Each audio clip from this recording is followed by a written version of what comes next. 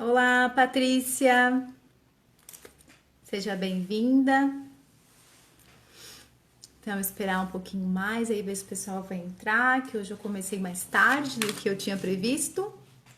Mas vamos lá, que hoje o assunto é bem importante, bem relevante aí, né? Falar sobre terapia sexual.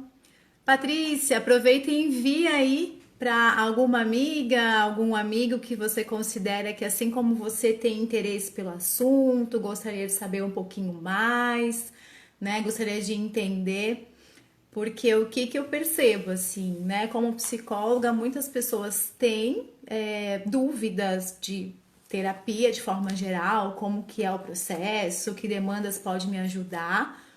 E especificamente com relação à terapia sexual, mais ainda, né? Tanto aí que eu fiz a enquete com você dessa semana sobre perguntas a respeito. E aí as pessoas responderam: ah, quero saber tudo. Tudo que você puder trazer de informação é importante, é relevante a respeito de terapia sexual, né? Então, se a gente for pensar aqui, bom, às vezes a gente tem um problema, tem uma questão, e de forma geral pensa aí nos profissionais médicos ou no profissional aí fisioterapeuta, né?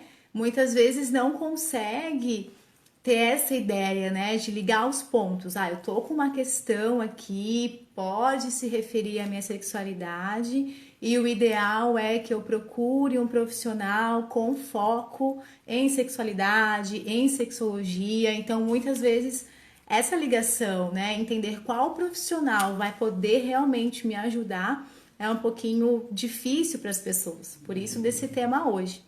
Olá, Vanilza, seja bem-vinda.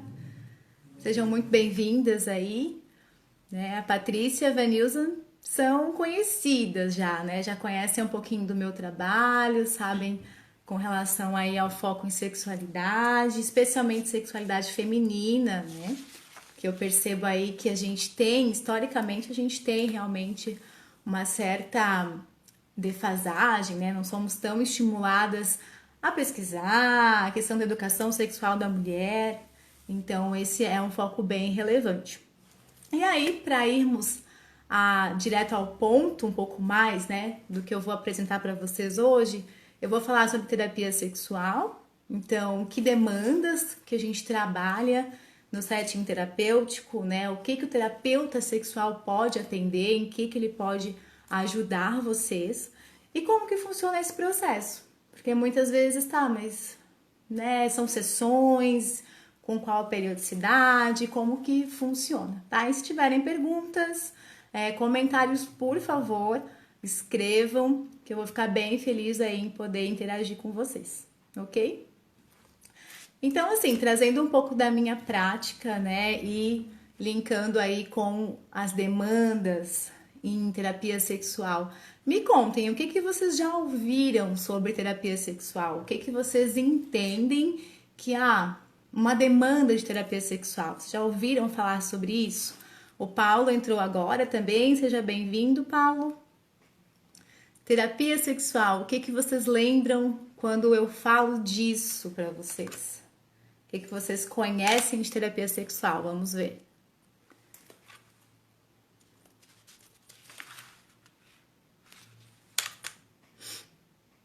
Porque eu não sei vocês, mas antes de me voltar para essa área, né, para essa especialidade, o que eu comumente ouvia falar era de disfunção sexual, né? Então, o que é a disfunção sexual? É quando algo ali relacionado à relação sexual não está funcionando, né? Tem aí algum sofrimento em consequência da vivência da sexualidade, né? Muitas vezes de situações, por exemplo, de dor, que é uma demanda bem comum, assim, eu já recebi, já acompanhei. Ah, eu quero, eu tenho desejo, né? Eu quero ter relação sexual, mas quando eu tento, eu tenho dor. Né? Então, é uma das questões aí que a gente atende em terapia sexual e que aí mais formalmente a gente chama de vaginismo, dispareunia, dependendo, né, da origem mais dessa dor. O Ednei também entrou aí, seja bem-vindo. Vão mandando aí suas perguntas e o que vocês já ouviram falar sobre terapia sexual, né? Eu tô entrando agora falando um pouquinho das disfunções, que é o que eu mais ouvia falar lá na época da graduação. Quando a gente falava um pouquinho de sexualidade por lá, vinha logo a ideia de disfunção sexual, né? Algo que não está funcionando bem e, por consequência, eu tenho um sofrimento por isso. Então, é muito comum esse tipo de demanda em consultório, desde a questão da dor, né, como eu estava falando anteriormente, e aí de investigar quais as variáveis, o que está influenciando para essa pessoa sentir dor na penetração, no caso da mulher, por exemplo, né? E outras disfunções também, inibição do desejo sexual, né? Eu já recebi recentemente uma queixa nesse sentido, eu não tô afim, eu não sei o que tá acontecendo, eu baixei a frequência de relação sexual há um certo tempo e eu não sei por que isso tá acontecendo. Então, o papel do terapeuta sexual é, junto com essa pessoa, entender o que tá contribuindo para essa falta de desejo. E um exemplo que eu pensei, assim, que eu gosto de trazer para vocês, e é bem atual, né? Porque a gente tá ainda, por mais que alguns serviços estejam voltando ao que era antes da pandemia, agora com a situação de pandemia, a gente tá vendo aí um desdobramento de outros problemas, né? E aí, será que isso pode impactar na sexualidade das pessoas? O que vocês acham? Impacta ou não impacta? O Roberto também entrou aqui, bem-vindo, Roberto. Situações de pandemia, como a que a gente está vivendo? O que vocês acham?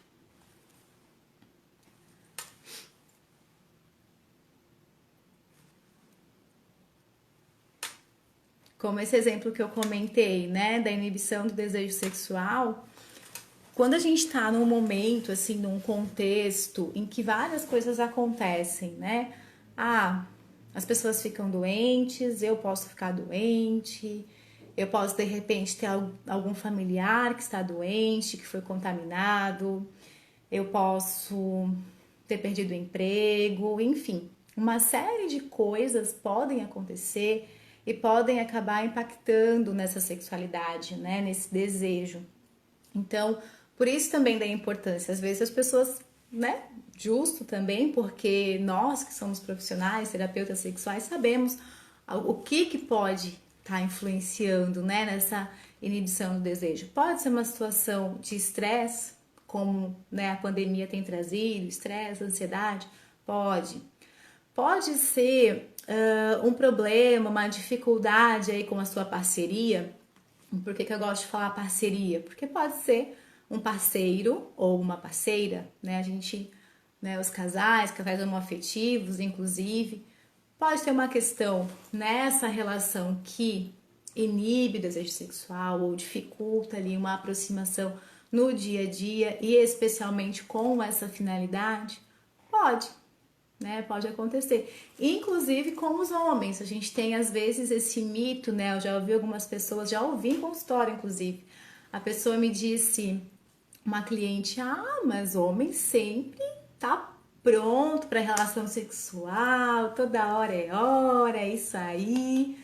Não, não é bem assim, né? Muitas vezes o homem também pode estar passando por uma situação, né, estressante, ou uma perda, um luto, uma dificuldade de outra ordem que impacte aí nesse desejo sexual, né?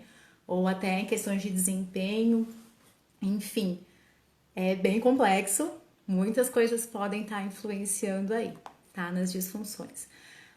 No que se refere às disfunções sexuais, eu ainda vou fazer outras lives para falar um pouco mais sobre cada uma delas, tá?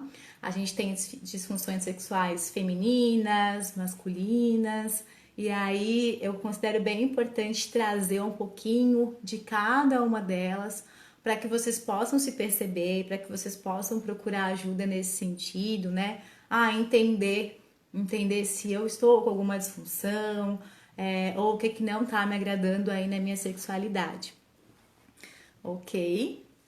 E para além das disfunções, que outros temas vocês acham que o terapeuta sexual, né, que a terapeuta sexual pode trabalhar, pode conversar, né, lá no consultório, pode essa ciência, né, a psicologia estudando comportamento sexual pode contribuir com vocês? Alguma ideia?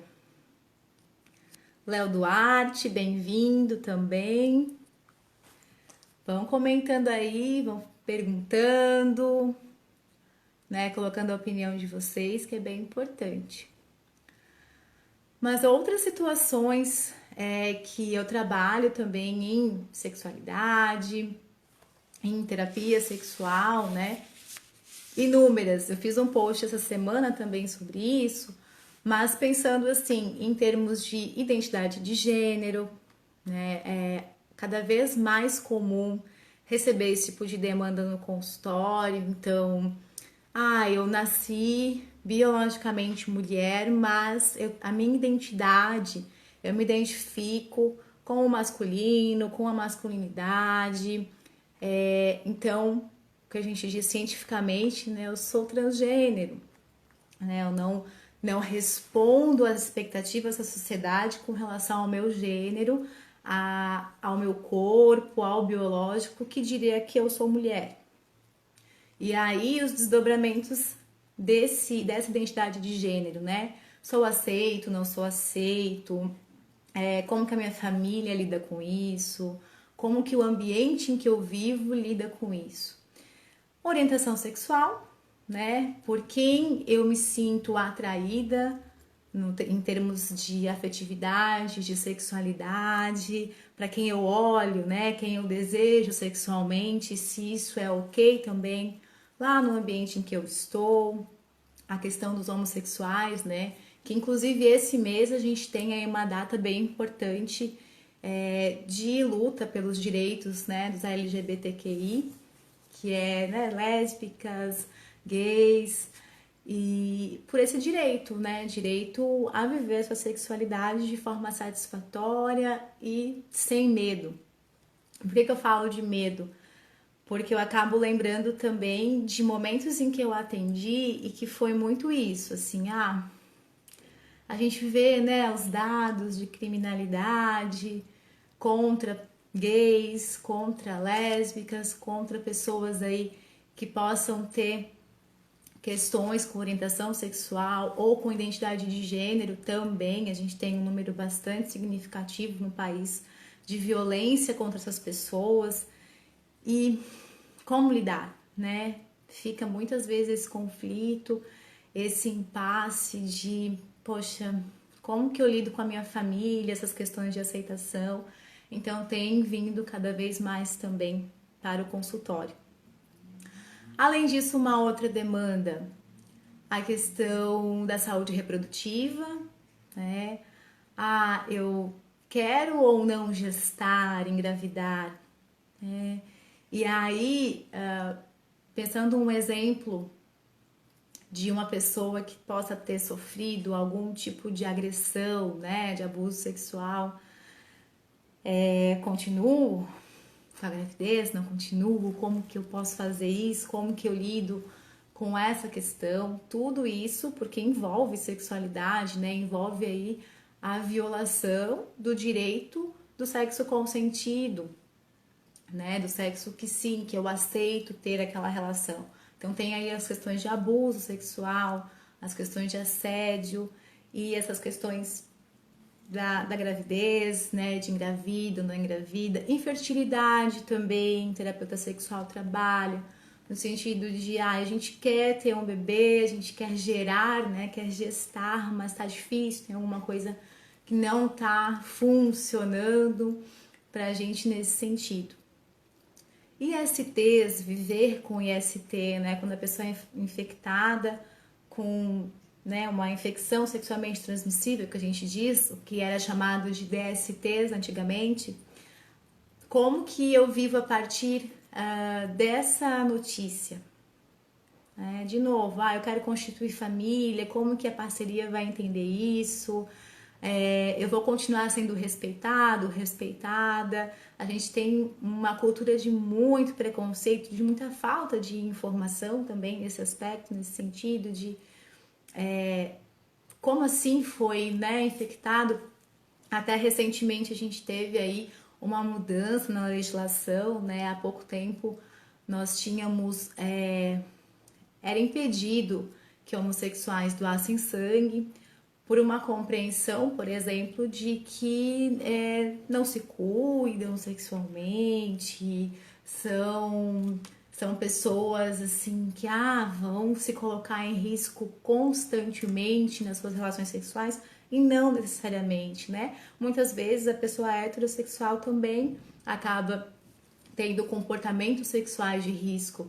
Então era um preconceito que a gente tinha até pouco tempo na área aí da saúde, né? Aquela legislação que se entendia que o protocolo não poderia doar sangue. E agora, no mês passado, então foi decidido que não é por aí, né? A gente não tem como ficar mantendo esse tipo de estereótipo que é discriminativo, sim. Então, todas essas questões relacionadas à sexualidade das pessoas, a gente trabalha em terapia sexual. Outra demanda bem recente aí e que está crescendo, sexualidade na velhice. Sim, gente, as pessoas mais velhas continuam ativas sexualmente, assim como elas continuam ativas muitas vezes no mercado de trabalho, né? A gente vê as reportagens aí, o senhor de tantos anos trabalha não sei quanto tempo em determinado lugar. E como as pessoas têm vivido mais tempo, né? E como a questão do sexo, da sexualidade é qualidade de vida, isso precisa ser considerado também. E muitas vezes pode acontecer de haver uma dificuldade desse senhor, dessa senhora, né, desse idoso, dessa idosa, de viver essa sexualidade, de ter privacidade, de poder namorar sem ser discriminado, né, sem sofrer preconceito pela família, pela sociedade. Até eu estava assistindo uma série que mostra um pouco disso, que é Modern Love, do namoro, né? Do viver a sexualidade na terceira idade, claro que de uma forma um pouquinho diferente do que era na juventude, porque a gente vai mudando conforme a fase da vida, mas que sim, ainda está presente a vivência da sexualidade, né, o fazer, né, ter relação sexual, ter práticas sexuais ainda é presente na terceira idade, ok? Então esses são exemplos de algumas demandas que a gente pode trabalhar, que nós, terapeutas sexuais, podemos ajudar vocês, né, os parceiros, parceiras, nesse sentido de poder viver de uma forma melhor, mais prazerosa, com menos conflito, poder aí abrir a comunicação, porque muitas vezes, especialmente as mulheres, ainda tem muita vergonha, tem muita preocupação de como que o parceiro vai lidar com uma queixa, uma reclamação, uma preferência, né, da relação sexual, de ser numa outra posição, de ser de um outro jeito que para ela possa ser mais interessante, mais prazeroso. Ainda tem uma série de tabus com relação à masturbação feminina, a sentir prazer, né? O que é orgasmo, o que não é, eu preciso ter, eu não preciso, como que eu chego lá? Uma série de demandas, né? E aí, falando um pouquinho... deixa eu ver aqui que o Léo colocou. Como identificar em alunos sinais de abuso sexual? Sim. Essa questão, Léo, tem alguns protocolos assim que a gente pode utilizar, mas de forma geral é observar mudanças de comportamento, né? Então, por exemplo, um aluno que era falante e aí ele acaba ficando mais introspectivo, ou um aluno que se torna revoltado, agressivo, ele começa a ter comportamentos mais agressivos, ríspidos, e ele não era assim. Porque a situação de abuso sexual é muito complicada de ser revelada, né? Agora, nas escolas, a escola tem um papel importante. É muito comumente identificado nas escolas. Mas é mais por aí, irritabilidade, ou um aluno mais deprimido que deixou de fazer algumas atividades e ele não era assim. Então, são mudanças de comportamento bastante significativas para que seja investigado um pouco melhor se está acontecendo um abuso ou não.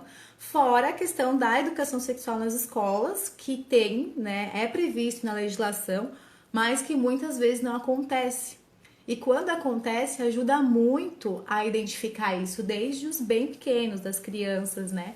Que elas vão entendendo o que é uma parte íntima do corpo, o que é o toque do sim, o toque do não, o que é privacidade, tudo isso, e que elas vão entendendo que talvez alguém está as prejudicando, mas é algo bastante delicado e que a princípio essas questões de observar as mudanças de comportamento e poder conversar sobre sexualidade na escola, claro, de acordo com as fases, com a idade, né, a criança, adolescente, ajudam muito a identificar as situações de abuso, tá?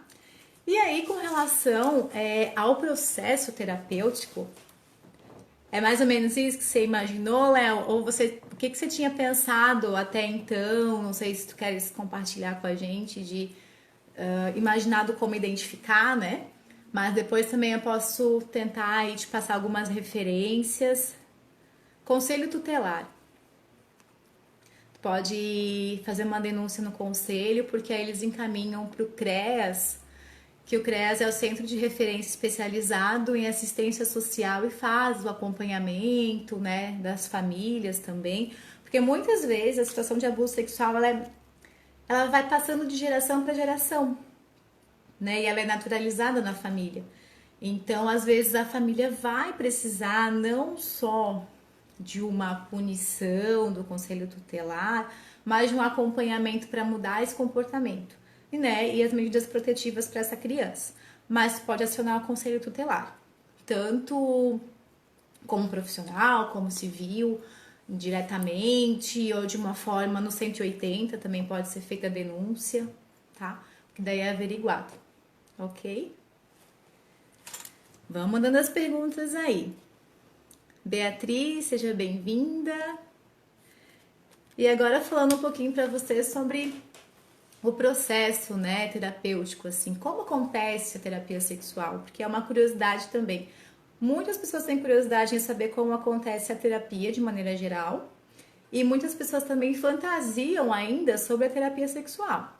Então, só para iniciar, não, a terapia sexual ela não inclui toques, nenhum contato físico, tá? Ela se baseia aí no atendimento, então, que pode ser individual ou atendimento com o casal, de forma a interações verbais, para que se entenda melhor essa demanda, o que está acontecendo, né? Então, geralmente a pessoa vem com uma queixa para o terapeuta, e aí o terapeuta vai ajudá-la a partir da sua história de vida, suas experiências, acontecimentos recentes, a entender o que está acontecendo, a entender o problema, né? Muitas vezes a pessoa até já vem com uma ideia do que está acontecendo, o objetivo, o que ela quer mudar, por exemplo. Ah, eu quero brigar menos com meu esposo, eu acho que a gente briga muito, com muita frequência. Ou então, eu quero ter mais desejo de relação sexual, eu quero ampliar o autoconhecimento do meu corpo e tal. Eu quero perder a vergonha do meu parceiro, da minha parceira. Mais comum do parceiro, né? Mais comum das mulheres. Mas sabe-se o objetivo, né? O que eu quero, qual é a minha expectativa, mas tem uma dificuldade de como fazer isso.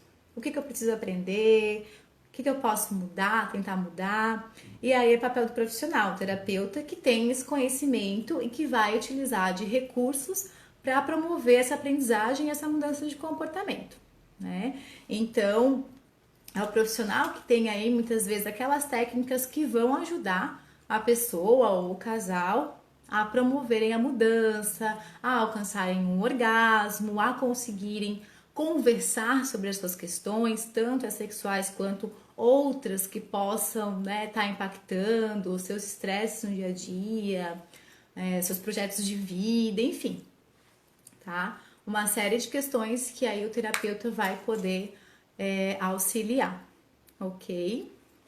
Deixa eu ver aqui o que o Léo mandou.